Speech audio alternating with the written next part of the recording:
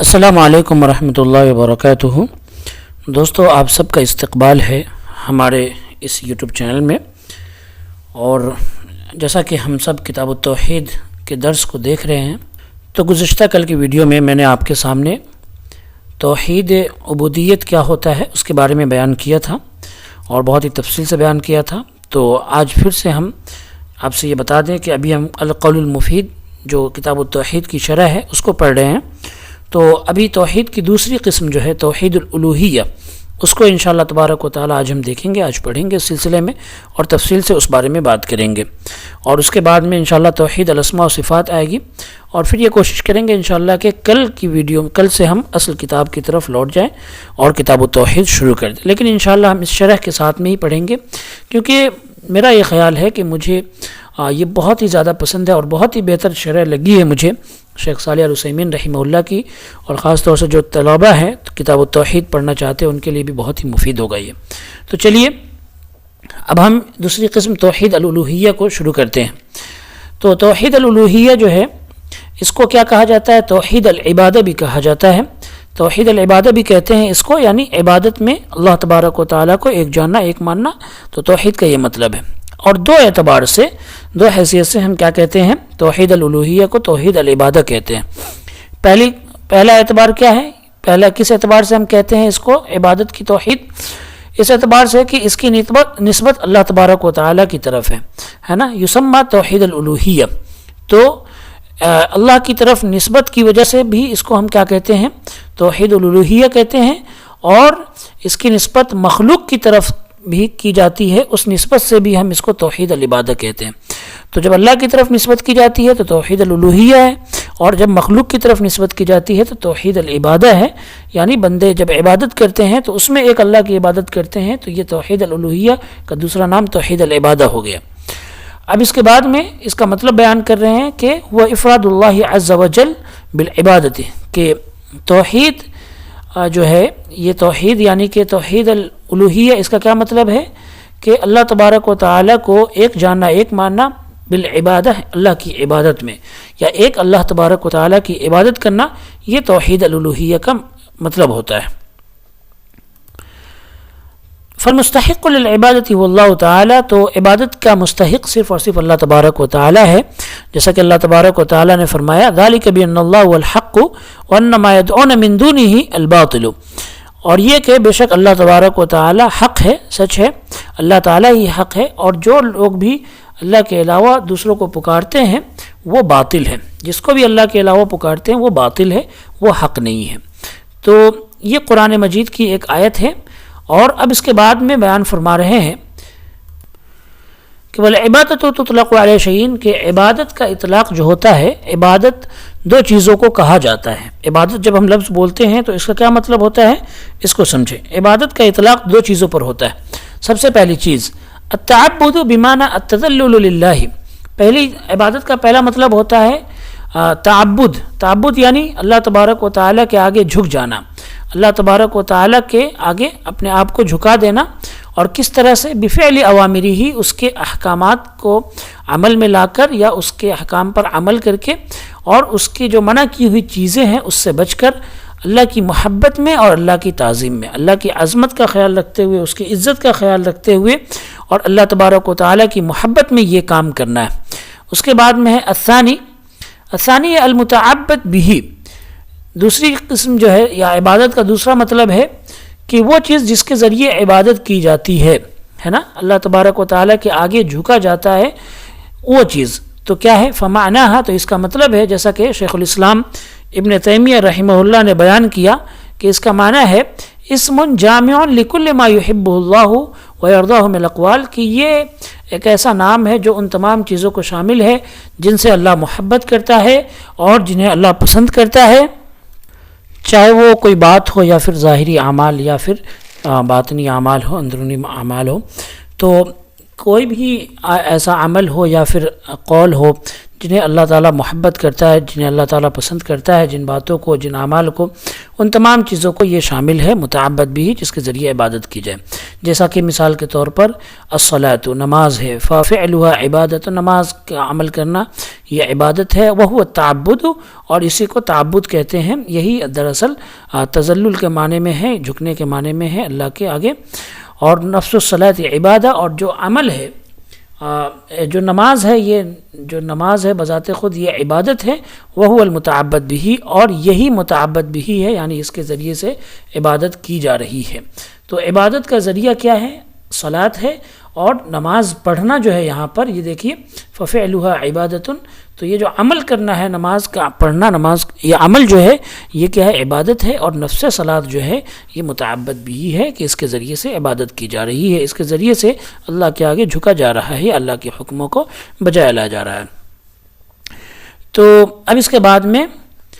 فافراد اللہ بہذا التوحید، اب اس توحید میں اللہ تبارک و تعالیٰ کو ایک جاننا، ایک ماننے کا یہ مطلب ہے ان تکون عبدا للہ، کہ آپ ایک اللہ کے بندے بن جائیں، صرف اور صرف ایک اللہ کے، اور صرف اس ایک کے آگے ہی آپ جھکیں، باقی کسی اور کے آگے نہ جھکیں. اور یہ جھکنا بھی محبت میں ہو اور اس کی عظمت میں، عزت میں ہو. وَتَعْبُدُهُ بِمَا شَرَعَ، اور آپ ان کی اللہ کی عبادت کریں صرف اسی مطابق جیسا کہ اللہ تعالیٰ نے شریعت میں حکم دیا. تو شریعت میں جیسا حکم ہوا اسی کے مطابق اللہ تبارک و تعالیٰ کی عبادت کرے. یہی دراصل توحید الوہیہ کا مطلب ہے. اللہ تعالیٰ نے قرآن مجید کے اندر بیان فرمایا لا تجعل مع اللہ الہا آخر فتقعد مذموما مخذولا، کہ آپ اللہ کے ساتھ میں کسی اور کو، کسی دوسرے کو معبود نہ بنائیے. اگر ایسا ہوا تو فتقعد، تو آپ ہو جائیں گے کیا؟ ذلیل اور رسوا ہو جائیں گے. تو اللہ کے ساتھ میں کسی دوسرے کو معبود نہیں بنانا ہے، عبادت صرف اور صرف ایک اللہ کی کرنی ہے. یہی توحید الالوہیہ کا مطلب ہے. اسی طرح سے اللہ تعالیٰ نے فرمایا الحمدللہ رب العالمین، کہ تمام تعریف اس اللہ کے لیے ہے جو سارے جہانوں کا رب ہے. فوصفہ سبحانہ، تو اس کا جو وصف ہے فوصفہ سبحانہ بأنہ رب العالمین کالتعلیل لثبوت الالوہیۃ لہ، تو اللہ تبارک و تعالیٰ کی جو صفت ہے اللہ پاک کی وہ یہ ہے کہ اللہ تبارک و تعالیٰ سارے جہانوں کا رب ہے. اور یہی دراصل اللہ تبارک و تعالیٰ کے معبود ہونے کا ثبوت ہے. اس لیے کہ وہ معبود ہے. کیوں معبود ہے؟ اس لیے کہ وہ سارے جہانوں کا رب ہے. اور اللہ تعالیٰ نے فرمایا یا ایھا الناس اعبدوا ربکم الذی خلقکم والذین من قبلکم، کہ اے لوگو تم اپنے رب کی عبادت کرو، اس رب کی جس نے تم کو پیدا کیا، والذین من قبلکم، اور جو تم سے پہلے تھے ان کو بھی اللہ تعالیٰ نے پیدا کیا ہے. فالمنفرد بالخلق والمستحق للعبادہ، تو جس نے پیدا کرنے میں جو تنہا ہے دراصل وہی عبادت کا مستحق ہے، وہی عبادت کے لائق ہے، اور صرف اسی کی عبادت کی جانی چاہیے. اور اگر ایسا نہ ہوا تو یہ بیوقوفی کی بات ہے کہ کوئی مخلوق ہے جو بعد میں پیدا ہوا اور جو ختم ہونے والا ہے، پہلے ختم ہونے والا ہے، اس کو آپ معبود بنائیں اور اس کی عبادت کریں. یہ بیوقوفی کی بات ہے، عقل میں آنے والی یہ بات نہیں ہے. کیونکہ اگر ایسا ہوا تو حقیقت میں یہ آپ کو فائدہ نہیں پہنچائے گا، اور کسی بھی چیز میں، نہ تو یہ آپ کے کچھ پیدا کرنے میں یا کسی چیز کی تیاری میں یا کسی چیز کی مدد میں یہ آپ کو فائدہ پہنچائے گا. تو یہ بیوقوفی کی بات ہے. اور اسی طرح سے یہ بھی بیوقوفی کی بات ہے ان تأتی الی قبر انسان، کہ آپ کسی انسان کی قبر پر آئے اور وہ انسان جس کی ہڈیاں بالکل گل چکی ہے اور اس کی ہڈیاں ختم ہو چکی ہے، اس کی قبر پر آپ آئیں اور اس کو اس سے دعا کریں اور اس کے بعد میں اس کو پکارے اور اس کی عبادت کرے، یہ تو اور زیادہ بیوقوفی کی بات ہے. تو اس طرح سے شیخ نے یہاں پر یہ کہا کہ جو انسان قبر پر جاتا ہے اور قبر پر جا کر اس قبر پر جس کے اندر ہڈیاں سرگل چکی ہے اور انسان مٹی میں مل چکا ہے، ختم ہو چکا ہے، یہ بات نبیوں کے سلسلے میں نہیں ہے. کیونکہ نبی کے بارے میں یہ واضح طور پر آپ اپنے سامنے رکھیں کہ نبیوں کی جو جسم ہے، نبیوں کا وہ جسم اللہ تعالیٰ نے محفوظ کر دیا ہے، اور نبی کبھی مٹی میں نہیں مل سکتے. اس لیے کہ اللہ تعالیٰ نے نبیوں کے جسم کو مٹی کے اوپر حرام کر دیا ہے. مٹی کبھی کھا نہیں سکتی ہے نبی کے جسم کو. تو عام انسان کی بات ہے، جس طرح دنیا میں لوگ قبروں پر مجاور بن کر بیٹھ جاتے ہیں یا پھر قبروں کو عبادت کرنے کی جگہ یا سجدہ کرنے کی جگہ بنا لیتے ہیں، تو ان لوگوں کے لیے یہ شیخ فرما رہے ہیں کہ یہ بیوقوفی کی بات ہے کہ آپ کہاں جائے، کسی انسان کی قبر پر جائے جو انسان بالکل بوسیدہ ہو چکا ہے، اس کی ہڈیاں ختم ہو چکی ہے، اور اس سے آپ مانگے، اس کو پکارے اور اس کی عبادت کرے. حالانکہ وہ بحاجت الی دعائک، حالانکہ وہ انسان خود آپ کی دعا کا محتاج ہے، اس انسان کو خود ضرورت ہے آپ کی دعا کی، اور آپ الٹا اس سے مانگ رہے ہیں، اس سے دعا کر رہے ہیں، جبکہ وہ خود محتاج ہے۔ تو محتاج سے مانگنا یہ بیوقوفی کی بات ہے نا۔ کوئی انسان بھکاری کے پاس جائے اور اس سے قرض مانگے، ایسا بھکاری جس کے پاس میں ایک وقت کھانے کے لیے نہیں ہے، اس سے جا کر قرض مانگے، اس سے پیسے مانگے، ادھار مانگے، تو یہ بیوقوفی کی بات ہے۔ اسی طرح سے یہاں پر کیا ہے، قبر کے اندر جو دعا کا محتاج ہے، جس کو دعا کی ضرورت ہے، اس سے آپ مانگنے جا رہے ہیں، یہ بھی بیوقوفی کی بات ہے۔ اور آپ کو ضرورت نہیں ہے کہ آپ اس سے مانگیں، اس لیے کہ وہ اپنے لیے بھی کسی نفع اور نقصان کا مالک نہیں ہے، تو پھر اپنے علاوہ دوسروں کے نفع نقصان کا کیسے مالک ہو سکتا ہے؟ تو یہ عقلی طور پر شیخ نے یہ بات کہی کہ جو توحید الالوہیہ ہے، اس کو عقلی طور پر سمجھنے کی کوشش کرے۔ اب دیکھیں یہاں پر شیخ فرما رہے ہیں کہ یہ جو قسم ہے نا توحید کی، یعنی توحید الالوہیہ، اللہ کے معبود ہونے میں اللہ کو ایک جاننا، ایک ماننا، اس کا انکار جو ہے اکثر لوگوں نے کیا ہے۔ دنیا کے اندر اکثر لوگوں نے توحید کی اسی قسم کا انکار کیا ہے، اسی لیے اللہ تعالیٰ نے رسولوں کو اس دنیا کے اندر بھیجا، اور اسی لیے اللہ نے رسولوں کو کتابیں دی، کتابیں نازل کی۔ کیوں؟ اللہ تعالیٰ نے فرمایا وَمَا أَرْسَلْنَا مِن قَبْلِكَ مِن رَسُولٍ إِلَّا نُوحِي إِلَيْهِ أَنَّهُ لَا إِلَهَ إِلَّا أَنَا فَاعْبُدُونِ۔ اللہ نے فرمایا کہ ہم نے آپ سے پہلے رسول نہیں بھیجا مگر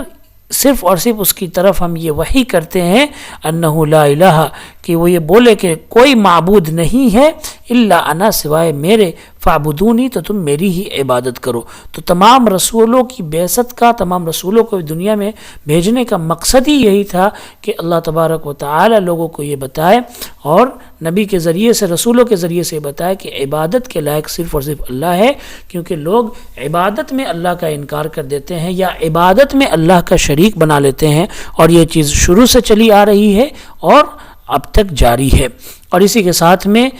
یہ بھی یاد رکھیں کہ رسولوں کی اتباع کرنے والے، رسولوں کو ماننے والے اس دنیا کے اندر بہت ہی کم رہے ہیں، بہت ہی تھوڑے رہے ہیں، جیسا کہ اللہ کے رسول صلی اللہ علیہ وسلم نے فرمایا کہ میں نے فرأیت النبی ومعہ الرہط، میں نے ایسے نبی کو بھی دیکھا جس کے ساتھ میں بہت ہی چند لوگ، رہت کہتے ہیں 10 سے کم لوگوں کو، 3 سے لے کر 10 تک کی تعداد ہوتی ہے، 10 سے کم کے لوگوں کو رہت کہتے ہیں۔ تو ایسے نبی کو بھی دیکھا جس کے ساتھ میں 10 سے کم ایمان لانے والے تھے، اور ایسے نبی کو بھی دیکھا کہ جس کے ساتھ میں 1 یا 2 آدمی ایمان لانے والے تھے، اور ایسے نبی کو بھی دیکھا جس کے ساتھ میں کوئی بھی ایمان لانے والا نہیں تھا۔ تو پتہ یہ چلا کہ رسولوں کی اتباع کرنے والے دنیا میں کم رہے ہیں، حقیقی متبعین، سچے پیروکار نبیوں اور رسولوں کے بہت کم رہے ہیں، تھوڑے رہے ہیں، جبکہ اس کے مقابلے میں مشرکین، شرک کرنے والے، بدعتی، فساق، فجار، گنہگار اور کافروں کی تعداد زیادہ رہی ہے۔ اب اس کے بعد میں شیخ تنبیہ کر رہے ہیں کہ دیکھیں بہت عجیب بات ہے کہ اکثر کتاب لکھنے والوں نے، جنہوں نے توحید کے سلسلے میں کتاب لکھی ہے، توحید کے موضوع پر کتاب لکھی ہے، ان میں سے اکثر جو ہے متاخرین میں جو ہے، یعنی بعد میں جو مصنفین ہیں، بعد کے جو لکھنے والے ہیں، وہ زیادہ توحید ربوبیت پر کیا کرتے ہیں، زور دیتے ہیں۔ یعنی جو پہلی قسم جو کل کے درس میں ہم نے پڑھا تھا کہ اللہ کے رب ہونے میں اللہ کو ایک ماننا، اس پر زیادہ زور دیتے ہیں، اور ایسا لگتا ہے کہ وہ ایسے لوگوں کو مخاطب کر رہے ہیں، ایسے لوگوں کے سامنے بیان کر رہے ہیں جو رب کے وجود کا ہی انکار کر رہے ہیں، رب کے ہونے کا ہی انکار کر رہے ہیں۔ اور وَإِن كَانَ يُوجَدُ مَن يُنكِرُ رَبَّهُ، اگرچہ دنیا میں ایسے لوگ ہیں جو رب کا انکار کرتے ہیں، لیکن اکثر مسلمان جو ہے وہ حقیقت میں اللہ کی عبادت میں شرک میں پڑے ہوئے ہیں، اللہ کی عبادت کے ساتھ میں اللہ کے علاوہ دوسروں کی بھی عبادت کرتے ہیں۔ تو یہ اس شرک میں زیادہ لوگ ہیں۔ تو شیخ ایک طرح سے یہ کہہ رہے ہیں کہ لوگوں کو توحید ربوبیت سے زیادہ توحید الوہیت پر توجہ دینی چاہیے، خاص طور پر مصنفین کو، علماء کو، کہ اس پر زیادہ بیان کرے اور اس پر زیادہ لکھے۔ وَلِهَذَا يَنبَغِي أَن يُرَكَّزَ عَلَى هَذَا النَّوْعِ، اور اسی لیے یہ مناسب ہے کہ کیا کیا جائے، توحید کی اس قسم پر زیادہ توجہ دی جائے اور اس پر زیادہ محنت کی جائے، اور یہاں تک کہ کیا ہے،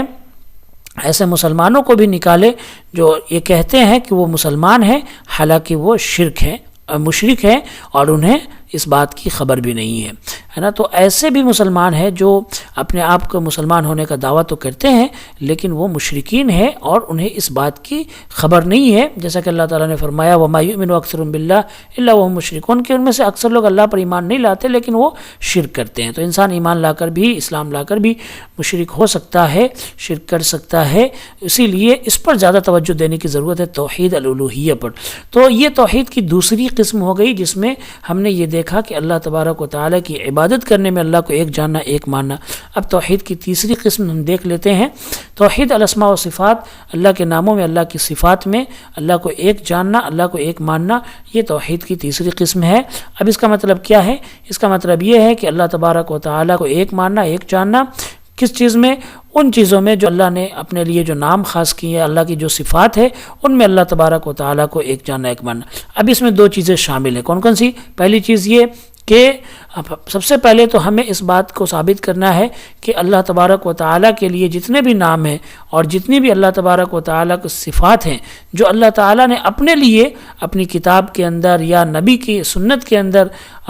جو ذکر کیا ہے یا پھر جو بیان ہوا ہے، تو یہ جتنے نام یا جتنی صفات ہیں ان کو ہم اللہ تبارک و تعالیٰ کے لیے ثابت کریں، اللہ تبارک و تعالیٰ کے لیے خاص کریں، اللہ تعالیٰ کے لیے ہی اس کو ہم بولیں۔ اور دوسری چیز یہ کہ ہم کیا کریں؟ اللہ کے مشابہ کسی اور کے ہونے کا انکار کریں کہ اللہ کے مشابہ بھی اللہ کی طرح بھی کوئی ہے، کسی بھی اعتبار سے، کیفیت میں یا کسی بھی اعتبار سے ہم کیا کریں؟ اللہ کی طرح کسی اور کے ہونے کا انکار کرے، یعنی اللہ تبارک و تعالی بالکل بھی اپنی ذات میں تنہا ہے اور اکیلا ہے اور اس کے مثل کوئی نہیں ہے۔ اور اس کا مطلب کیا ہے؟ بِأَلَّا نَجْعَلَ لِلَّهِ مَثِيلًا، کہ اللہ کے لیے کوئی ہم مثیل نہ بنائے، مثیل کہتے ہیں نظیر کو، یعنی کوئی اللہ کا شبیہ نہ بنائے، اللہ کی طرح کسی اور کو نہ سمجھے، فی اسمائہ، اس کے نام میں بھی اور اس کی صفات میں بھی، جو اس کی خوبیاں ہیں، جو اس کی ورچوز ہیں، جو اس کے نیم سے اس کے اندر بھی، جیسا کہ اللہ تعالیٰ نے فرمایا لیس کمثلہ شیء وہو السمیع البصیر، کہ اس کی طرح کوئی بھی چیز نہیں ہے اور وہ سننے والا ہے اور دیکھنے والا ہے۔ فدلت هذه الآیۃ علی ان جمیع صفاتہ، تو اب یہ آیت اس بات پر دلالت کرتی ہے کہ اللہ کی جتنی صفات ہے اس میں کوئی بھی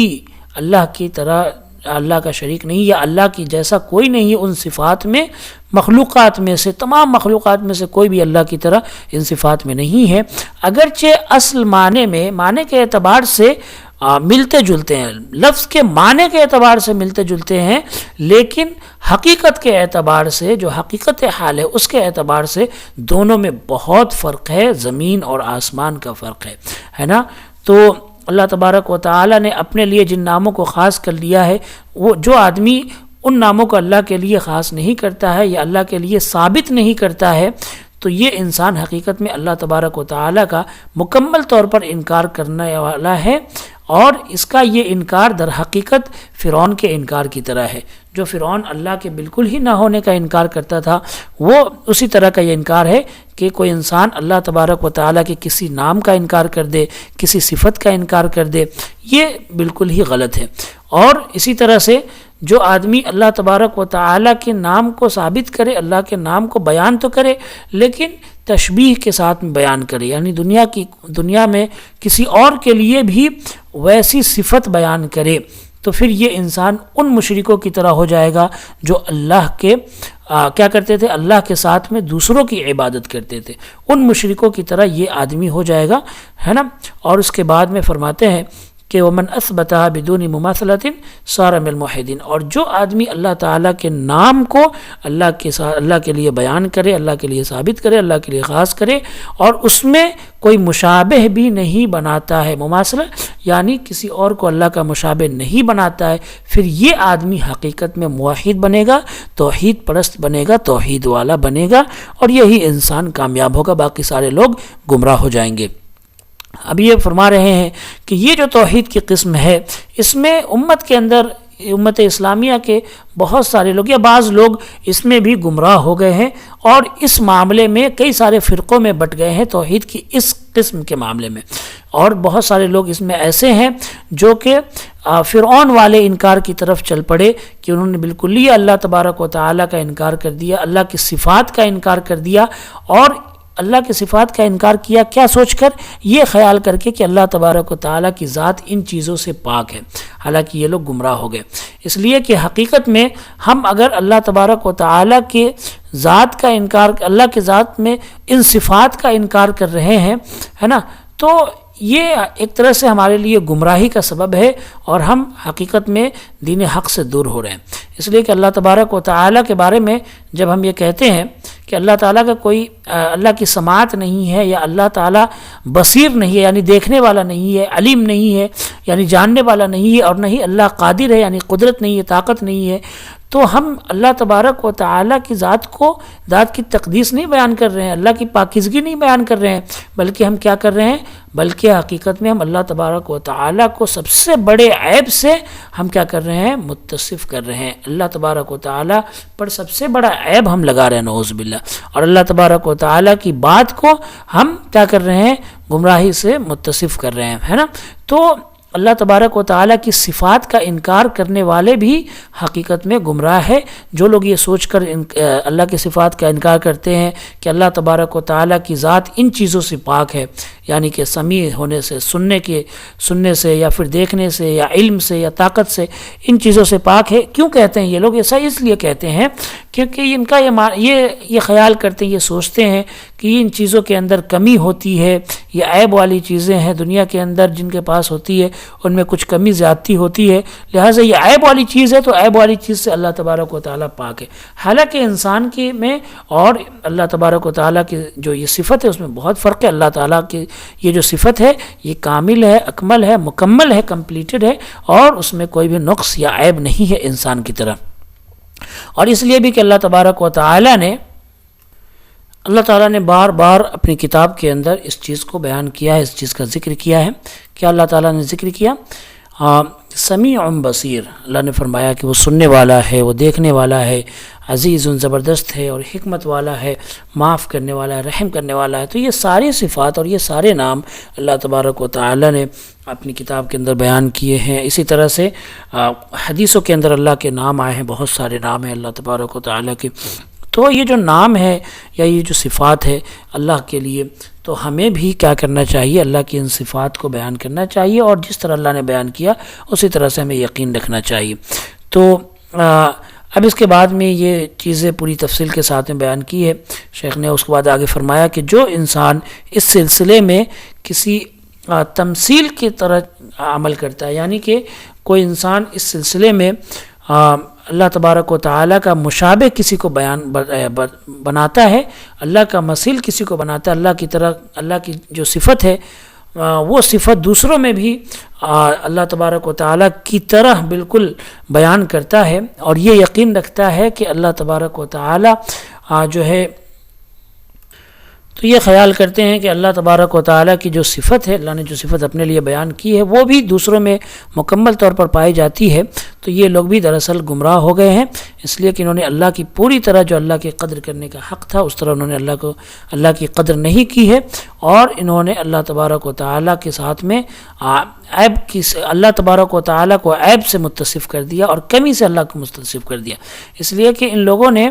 جو ہر اعتبار سے کامل ہے، یعنی اللہ تبارک و تعالیٰ، اس کو کس طرح بنا دیا ہے؟ اس کی طرح جو ہر اعتبار سے ناقص ہے، یعنی کسی انسان میں یا کسی دوسرے مخلوق کے مثل اگر اللہ تبارک و تعالیٰ کو قرار دے دیا، تو ان لوگوں نے در حقیقت اللہ کی پوری طرح قدر نہیں کی ہے۔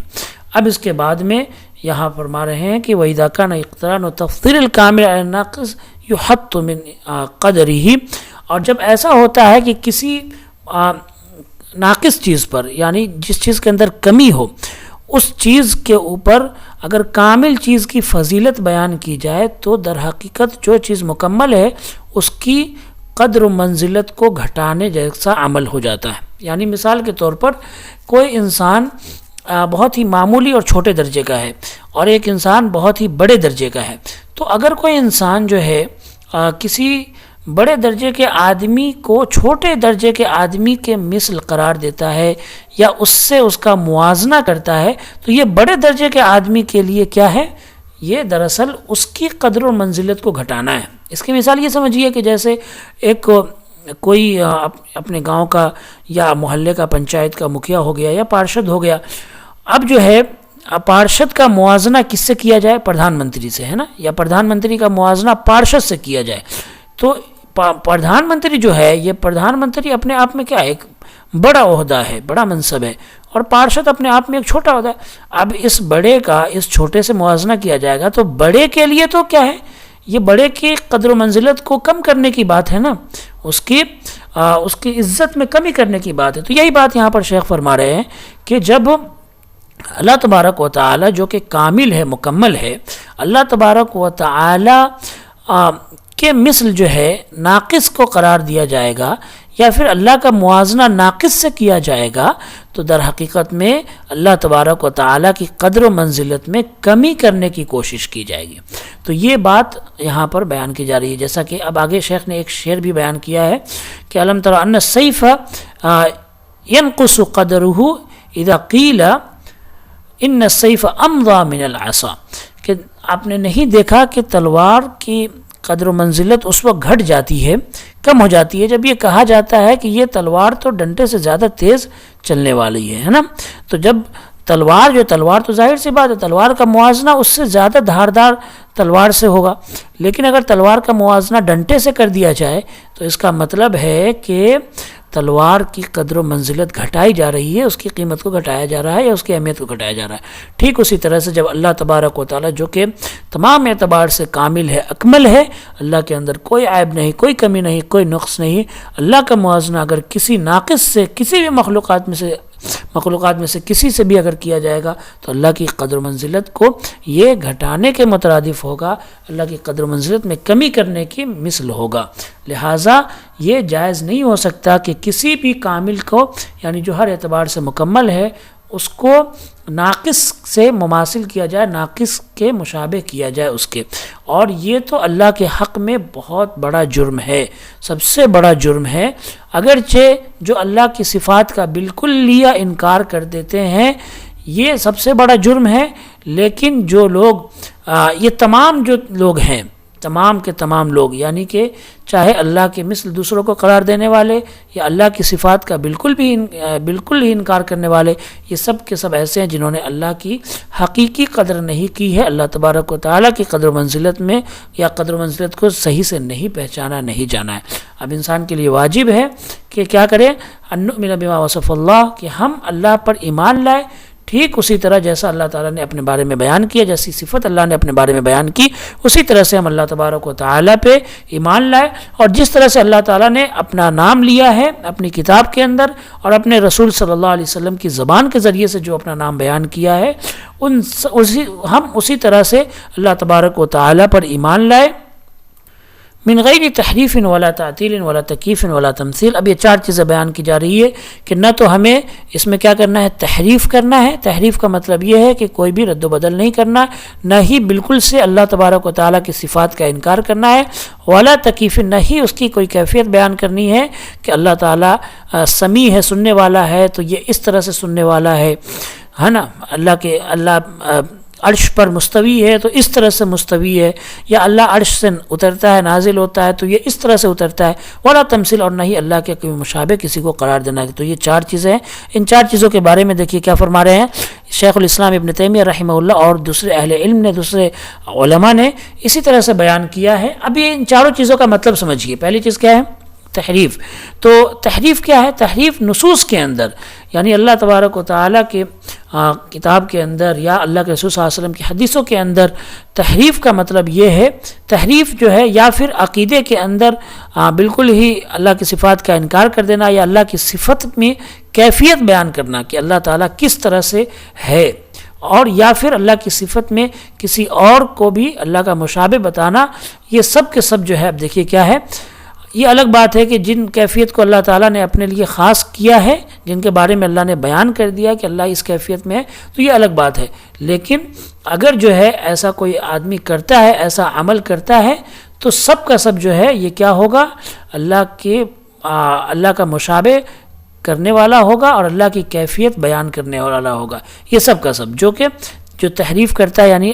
معنی میں رد و بدل کرتا ہے، یہ الگ بات ہے کہ اللہ تعالیٰ نے جو معنی خاص کر دیے ہیں وہ تو معنی میں رد و بدل کرتا ہے، یا پھر اللہ کے عقیدے کے اندر اللہ تبارک و تعالیٰ کی صفات کو بالکل ہی ختم کر دیتا ہے، یا اللہ کی کیفیت کسی طرح بیان کر دیتا ہے، تو یہ سب کے سب جو ہے اس گناہ کے اندر شریک ہو جائیں گے۔ لہٰذا ہمارے لیے ضروری ہے اور واجب ہے کہ ہمارا عقیدہ ان 4 چیزوں سے بالکل پاک ہو، اور ان 4 چیزوں سے ہم برات کا اعلان کریں، یا ہمارا عقیدہ ان 4 چیزوں سے کیا ہو، ختم ہو۔ پہلی چیز کیا ہے؟ نانی بالتحریف ہونا۔ تحریف کا کیا مطلب ہے؟ یہاں پر تحریف کا مطلب ہے کہ تعویل کرنا۔ تعویل یعنی تحریف کرنے والوں نے، تحریف یعنی رد و بدل کرنے والوں نے معنی کہ اللہ کی صفات میں جو نصوص ہے یعنی قرآن و حدیث کے اندر جو اللہ کی صفات آئی ہے، تو اس پہ جو ہے جو اللہ کی صفات کے معنی کو جو بدلنے والوں نے جو عمل کیا، تو وہ دراصل تحریف کہلاتا ہے۔ اس لیے کہ لأنهم سموا انفسهم على التاویل، یہ لوگ اپنے آپ کو اہل التاویل کہتے ہیں، حالانکہ یہ حقیقت میں تحریف کرنے والے ہی ہیں، یعنی اللہ کے نام کو بدلنے والے ہی ہیں، لیکن یہ اپنے آپ کو ایک الگ نام دے دیتے ہیں، اہل التاویل کہتے ہیں، اور یہ صرف کس لیے کرتے ہیں ایسا؟ تاکہ اپنے مسلک کو یہ نرم کر سکے، جس راستے پر یہ چل رہے اس راستے میں آسانی کے لیے یا لوگوں کو اپنی طرف مائل کرنے کے لیے انہوں نے کیا کیا ہے؟ اپنے مسلک کی طرف لوگوں کو مائل کرنے کے لیے انہوں نے اپنا نام اہل التاویل رکھ لیا ہے، پر حقیقت میں یہ لوگ تحریف کرنے والے ہی ہیں، اور اللہ کی جو صفات ہے اس کے معنی کو بدلنے والے ہی ہے نا۔ اس لیے کہ انسان جو ہے تحریف کے نام سے، تحریف کے لفظ سے بھاگتا ہے۔ انسان کے نفوس جو انسان کا جان جو یا انسان کی جان ہے یا انسان کے جو دل ہے وہ بھاگتے ہیں کس سے؟ تحریف کے لفظ سے، تحریف کے کلمے سے۔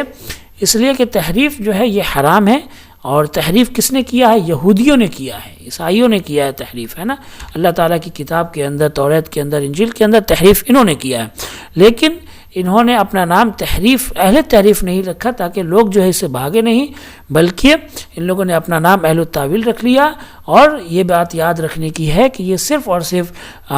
کس قبیل سے ہے؟ اپنی بات کو خوبصورت بنانے کے لیے، اپنے نام کو خوبصورت بنانے کے لیے، لوگوں کے سامنے اچھا بنا کر پیش کرنے کے لیے ہے، تاکہ لوگ اس سے بھاگے نہیں، اس سے دور نہیں جائے، اس سے بدکے نہیں۔ تو یہ حقیقت ہے اس کی، ہے نا۔ اور لوگوں کے تعویل کی کیا حقیقت ہے؟ کہ تعویل کی حقیقت یہ ہے کہ تحریف کر دینا، یعنی رد و بدل کر دینا معنی کے اندر۔ اور تحریف کا کیا مطلب ہوتا ہے؟ تحریف کا مطلب بھی دیکھ لیجئے،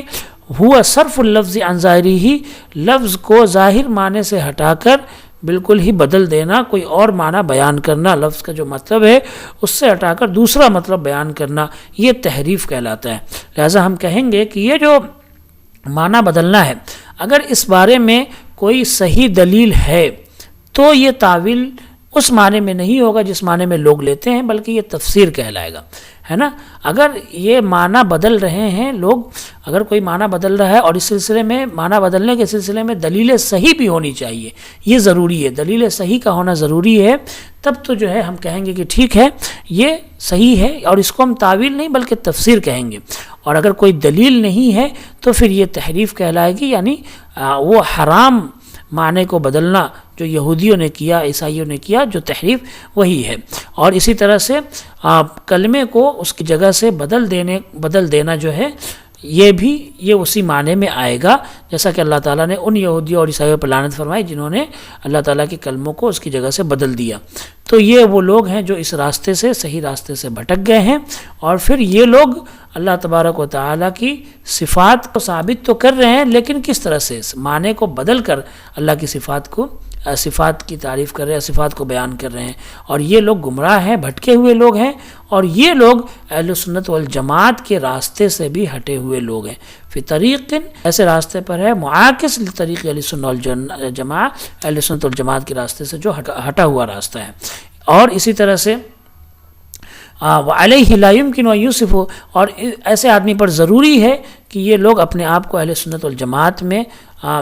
شامل نہ کرے، اپنے آپ کے بارے میں یہ بیان نہ کرے کہ یہ اہل سنت والجماعت سے ہے، اس لیے کہ نسبت کے لیے جو اضافت ہوتی ہے، یعنی کسی چیز کی طرف آپ نسبت کر رہے اپنی، تو اس کے لیے ضروری ہے کہ آپ جو ہے حقیقی طور پر اس کی طرف منسوب ہو، اپنے عمل کے ذریعے سے بھی اس کی طرف منسوب ہے۔ تو اہل سنت کس کو کہتے ہیں؟ اہل سنت اس کو کہتے ہیں جو اپنی نسبت سنت کی طرف کرے، جو حدیث کی طرف اپنی نسبت کرے، جو اپنے آپ کو حدیث کے اندر محدود رکھے، جو اپنے آپ کو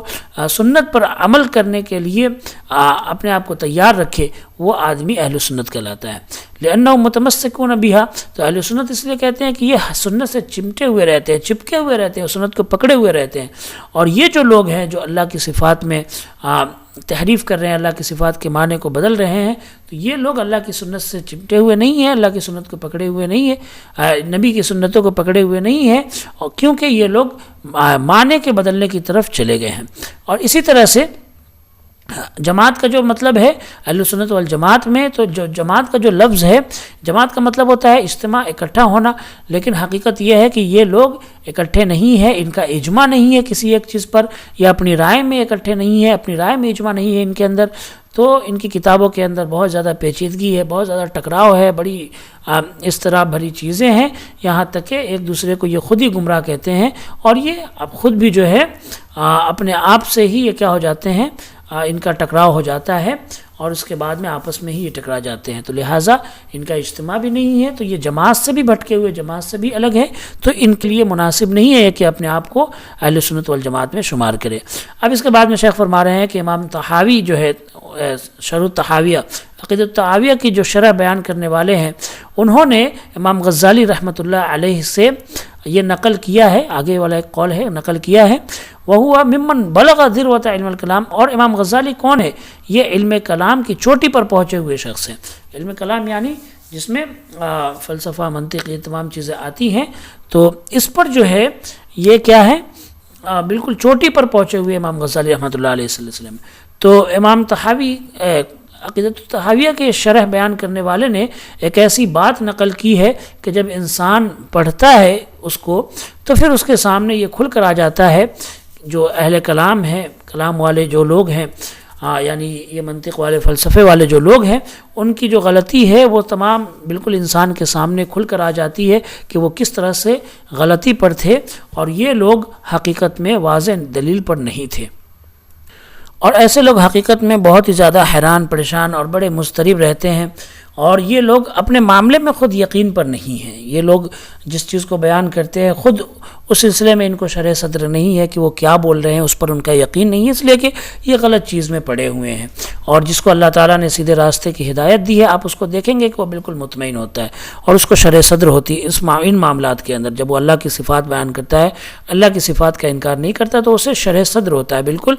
یقین کے ساتھ میں اور بالکل اطمینان کے ساتھ میں وہ اس چیز کو بیان کرتا ہے اور اس چیز پر ایمان رکھتا ہے، اور وہ انسان بڑا ہی خوشحال ہوتا ہے۔ اور پھر وہ اللہ کی کتاب کو پڑھتا ہے، اللہ کی اور نبی صلی اللہ علیہ وسلم کی سنت کو بھی پڑھتا ہے، اور اس کے بعد میں جو بھی اللہ تعالیٰ نے اپنے لیے نام اور جو صفات بیان کی ہے، اللہ تعالیٰ نے جو اپنے لیے بیان کی ہے، تو پھر وہ اللہ کے لیے اس کو ثابت کرتا ہے، اللہ کے لیے اس کو بیان کرتا ہے۔ اور یہ حقیقت یہ ہے کہ اللہ تبارک و تعالیٰ کے بارے میں اللہ کے علاوہ دوسرا کون زیادہ بہتر جان سکتا ہے، اور اللہ کے علاوہ دوسرا کون اللہ کے بارے میں زیادہ بہتر خبر دے سکتا ہے، اور کون صحیح طور پر بیان کر سکتا ہے اللہ کے بارے میں سوائے اللہ کے۔ تو اللہ تعالیٰ نے فرمایا کہ یرید اللہ لیبین لکم، اللہ تعالیٰ چاہتا ہے تاکہ تمہارے لیے واضح کر دے، واضح کرنا اللہ تعالیٰ نے تمہارے لیے واضح کرنا چاہتا ہے، اور یبین اللہ لکم ان تضلوا، اللہ تمہارے لیے کھول کر بیان کر رہا ہے تاکہ تم گمراہ نہ ہو جاؤ۔ اور اسی طرح سے اللہ نے فرمایا کہ وَنَزَّلْنَا عَلَيْكَ الْكِتَابَ تِبْيَانًا، کہ ہم نے ہر چیز کو آپ پر کتاب کو نازل کیا، آپ پر کتاب کو اتارا، ہر چیز کے لیے بالکل وضاحت کے ساتھ میں، وضاحت کرنے کے لیے ہم نے آپ پر کتاب کو نازل کیا، کتاب کو اتارا۔ وَمَنْ أَصْدَقُ مِنَ اللَّهِ قِيلًا، اور کون ہے جو اللہ سے سچی بات کرنے والا ہے، وَمَنْ أَصْدَقُ مِنَ اللَّهِ حَدِيثًا، کون ہے جو اللہ سے سچی بات کرنے والا، سچی گفتگو کرنے والا ہے۔ تو یہ جو ہے یہ آیت، اور جو ہے اس کے علاوہ جو بہت ساری ایسی آیتیں ہیں، یہ بیان کرتی ہیں کہ اللہ تبارک و تعالی مخلوقات کے لیے، انسانوں کے لیے، لوگوں کے لیے بالکل اچھے طریقے سے، انتہائی وضاحت کے ساتھ میں اللہ تبارک و تعالی کھول کر بیان کر رہا ہے، اور اس کے بعد میں انسان سب سے زیادہ محتاج اللہ تبارک و تعالی کی وضاحت کا ہی ہے، کن معاملات میں؟ ان معاملات میں جو اللہ تبارک و تعالیٰ کے نام، اللہ کی صفات سے متعلق ہے، ان معاملات میں اللہ کی وضاحت کا ہی محتاج ہے۔ تو حتی یعبد اللہ علی بصیرت، تاکہ لوگ اللہ تبارک و تعالیٰ کی عبادت کر سکے بالکل یقین کے ساتھ میں، بصیرت کے ساتھ میں، غور و فکر کر کے، ہے نا۔ اس لیے کہ یہ اس کی عبادت ہے جن کی صفات کو ہم نہیں جانتے، ہمیں نہیں معلوم۔ تو جیسے جب تک اللہ تبارک و تعالیٰ صحیح طور سے، اللہ تبارک و تعالیٰ وضاحت کے ساتھ میں ہمیں نہیں بتائے گا تو ہمیں اس سلسلے میں معلومات نہیں ہوگی۔ اب اس کے بعد میں یہ کہہ رہے ہیں کہ انسان کو یہ تجاوز بھی نہیں کرنا چاہیے، اپنے حد سے آگے بھی نہیں بڑھنا چاہیے کہ وہ اللہ کی کیفیت بیان کرنے لگے اور اللہ کی مثال بیان کرنے لگے، اللہ کے مشابہ بیان کرنے لگے، ہے نا۔ اس لیے کہ انسان اس چیز سے قاصر ہے نا۔ اور اس کے بعد میں فرمایا کہ انسان جو ہے اللہ تبارک و تعالیٰ کی جو صفت ہے اس کی حقیقتوں کے تصور سے، اس کی حقیقتوں تک پہنچنے سے انسان قاصر ہے۔ لہٰذا انسان کے اوپر ضروری ہے کہ وہ اپنے آپ کو یہ سوال کرنے سے روکے کہ لما، ایسا کیوں ہے، یا کیف، کیسا ہے، ان تمام سوالات سے اپنے آپ کو روکے انسان، کیونکہ اللہ تبارک و تعالیٰ کے نام میں یا اللہ کی صفات میں جب ایسا معاملہ آئے تو پھر انسان اپنے آپ کو ان سوالات سے روک لے۔ اور اسی طرح انسان اپنے آپ کو کیفیت پر غور کرنے، یعنی اللہ تعالیٰ کس طرح سے ہے، کیسا ہے، اس معاملے میں غور و فکر کرنے سے اپنے آپ کو روکے۔ اور یہ وہ راستہ ہے کہ جب انسان اس پر چلتا ہے تو وہ بہت ہی آرام اور سکون حاصل کر لیتا ہے، اور یہی ہمارے سلف رحمہ اللہ کی زندگی تھی۔ اور اسی لیے جب ایک شخص امام مالک بن انس رحمہ اللہ کے پاس میں آیا اور اس نے کہا کہ اے ابو عبداللہ، یہ امام مالک کی کنیت ہے ابو عبداللہ، تو اس نے کہا، اس شخص نے، کہ اے ابو عبداللہ، الرحمن علی العرش استویٰ، کہ رحمان عرش پر مستوی ہے، کیف استویٰ، کیسا مستوی ہے، اس کی کیفیت کیا ہے، کس طرح سے اللہ تعالیٰ مستوی ہے۔ تو فاطرق براسی، تو امام مالک رحمہ اللہ نے تھوڑی دیر تک اپنی گردن کو، اپنے سر کو جھکائے رکھا اور اس کے بعد میں کہا الاستواء غیر مجہول، کہ دیکھو استواء یہ مجہول نہیں ہے، یہ معلوم ہے کہ اللہ مستوی ہے، یہ تو ہمیں معلوم ہے، والکیف غیر معقول، لیکن کیفیت کیا ہے، کس طرح سے اللہ تعالیٰ مستوی ہے عرش پر، یہ ہمارے سمجھ سے پرے ہے، ہماری عقل میں سمانے والی چیز نہیں ہے، اس لیے کہ ہماری عقل کی وسعت اتنی نہیں ہے، ہماری سمجھ کی وسعت اتنی بڑی نہیں ہے، اللہ نے ہماری میموری اتنی بڑی نہیں بنائی ہے کہ ہم جو ہے کیا کریں، اس چیز کا احاطہ کر سکے، اس چیز کو سمجھ سکے جو ہماری عقل سے باہر کی چیز ہے۔ تو ہماری جو میموری، ہمارا جو دماغ ہے نا، ہمارا دماغ صرف انہی چیزوں تک محدود ہے جہاں تک کیا ہے، ہماری انہی چیزوں تک محدود ہے جہاں تک اللہ تعالیٰ نے لمٹ کر دیا ہے، اور اس کے آگے کی چیزوں کے بارے میں ہمیں نہیں پتہ، نہیں معلوم، اس کے بارے میں ہمیں غور و فکر بھی نہیں کرنا چاہیے۔ اور فرمایا امام مالک نے، والایمان بہ واجب، اور اس پر ایمان لانا ضروری ہے، واجب ہے، فرض ہے کہ اللہ تعالیٰ مستوی ہے، یہ ہمیں معلوم ہے، اس پر ایمان لانا واجب ہے، اور لیکن کیفیت ہمارے عقل میں نہیں آ سکتی ہے، اس پر بھی ایمان لانا ہمارے لیے ضروری ہے، واجب ہے۔ والسؤال عنہ بدعۃ، اور اس بارے میں پوچھنا بدعت ہے، سوال کرنا بھی بدعت ہے۔ کوئی انسان یہ پوچھے کہ اللہ کس طرح سے مستوی ہے، اللہ کیفیت کیا ہے، کیسے اللہ تعالیٰ مستوی ہے عرش پر، تو یہ سوال کرنا ہی بدعت ہے۔ اور اس کے بعد میں فرمایا وما اراک الا مبتدعا، اور میرا تو خیال یہی ہے کہ تم ایک بدعتی ہو، یعنی جس نے سوال کیا تھا اس کے بارے میں فرمایا۔ تو امام مالک بن انس رحمہ اللہ، ظاہر سی بات ہے ایمانی فراست تھی ان کے پاس میں، تو پہچان گئے ہوں گے اپنی ایمانی فراست سے کہ یہ شخص کیا ہے، بدعتی ہے۔ اب یہ کہہ رہے ہیں کہ ہمارے دور کے اندر ایسے بہت سارے لوگ ملتے ہیں جو یہ کہتے ہیں کہ اللہ تبارک و تعالیٰ دنیا کے آسمان پر اترتا ہے، نازل ہوتا ہے جب رات کا آخری تہائی حصہ کیا ہے، باقی رہ جاتا ہے، تو ہر رات کو اللہ نازل ہوتا ہے، اترتا ہے۔ تو اب اس کے بعد میں لہٰذا اس سے اب یہ لازم آ جاتا ہے کہ اللہ تبارک و تعالی ہر رات کو دنیا کے آسمان پر ہی، دنیاوی آسمان پر ہی رہتا ہے، ہوتا ہے، اس لیے کہ رات تو جو ہے پوری زمین پر گھومتی رہتی ہے نا، تو جو رات کا تہائی حصہ ہے وہ ایک جگہ سے دوسری جگہ منتقل ہوتا رہتا ہے، کبھی اس جگہ، ابھی دنیا کے اس حصے میں رات ہے، دنیا کے اس حصے میں رات نہیں ہے نا، تو اب جو ہے اس حصے میں رات ہے تو اللہ تعالیٰ یہاں ہے، پھر اس حصے میں رات ہے تو اللہ وہاں چلا گیا، اس طرح کی بیہودہ باتیں کرتے ہیں، بہکی ہوئی باتیں کرتے ہیں۔ تو دیکھیں وَهَذَا لَمْ يَقُلْهُ الصَّحَابَةُ رضی اللہ عنہم، کہ صحابہ کرام نے کبھی ایسی باتیں نہیں کی ہے۔ اب اس کے بعد میں شیخ فرما رہے ہیں کہ ہمارے لیے ضروری ہے کہ ہم ان تمام چیزوں کو تسلیم کریں اور جس طرح سے اللہ تعالیٰ نے بیان کیا اس کا اقرار کریں، اور ہم یہ کہیں کہ ہم نے سنا اور ہم نے اطاعت کی اور ہم نے اتباع کیا اور ہم ایمان لائے، اور یہی ہمارا عمل ہے۔ ہم قرآن اور حدیث سے آگے نہیں بڑھتے ہیں، قرآن اور حدیث سے تجاوز نہیں کرتے ہیں۔ بہرکیف تو یہ جو ہے شیخ صالح العثیمین رحمہ اللہ کی جو شرح القول المفید، تو انہوں نے تمہید کے طور پر جو ابتدا میں توحید کی قسمیں بیان کی ہے اس کو ہم نے یہاں پر دیکھا، اس کو ہم نے یہاں پر بیان کر لیا ہے، اور توحید کی تینوں قسموں کو بہت ہی ڈیٹیل کے ساتھ میں، تفصیل کے ساتھ میں ہم نے دیکھا۔ یہ بڑی خوش قسمتی کی بات ہے ہمارے لیے کہ ہم توحید کی تینوں قسموں کو سمجھ گئے ہیں۔ تو پہلی قسم میں کیا تھی؟ توحید ربوبیت تھی، دوسری قسم میں توحید الوہیت تھی، اور تیسری قسم میں توحید الاسماء والصفات۔ تو اگر آپ میں سے کسی کو یہ جو سمجھ میں نہیں آیا تو بار بار اس کو دیکھیے، سمجھیے، انشاءاللہ تبارک و تعالی اس کو یہ سمجھ میں آ جائے گا۔ اور اگر کوئی سوال ہے آپ کے ذہن میں تو آپ کمنٹ کے اندر سوال پوچھیں، کوئی آپ رائے دینا چاہتے ہیں، کوئی سجیشن دینا چاہتے ہیں تو کمنٹ کے اندر رائے ضرور دیجیے، سجیشن ضرور دیجیے، اور اسی کے ساتھ میں درس آپ کو پسند ہے یا نہیں یہ بھی بتائیے۔ اب یہ ہمارا جو ہے سلسلہ یہ ختم ہو چکا ہے، تمہید کے طور پر جو ہم دیکھ رہے تھے وہ ختم ہو چکا ہے، توحید کی تعریف۔ اب ہم اصل کتاب کی طرف لوٹ رہے ہیں، اور انشاءاللہ تبارک و تعالی اس جو ہے سلسلے میں اب جو کتاب التوحید اصل ہے وہ کل سے انشاءاللہ تبارک و تعالی کل کے درس میں ہم پڑھیں گے اور کتاب التوحید دیکھیں گے۔ تب تک کے لیے آپ سب سے ہم جدا ہوتے ہیں، اور دعاؤں میں یاد رکھیں، دعا کریں کہ اللہ تعالیٰ ثابت قدمی عطا فرمائے، اور یہ بھی دعا کریں کہ اللہ تبارک و تعالی اس کام کو باقی رکھے، جاری رکھے، اور اس کو ہم سب کے لیے صدقہ جاریہ بنائے۔ السلام علیکم ورحمۃ اللہ۔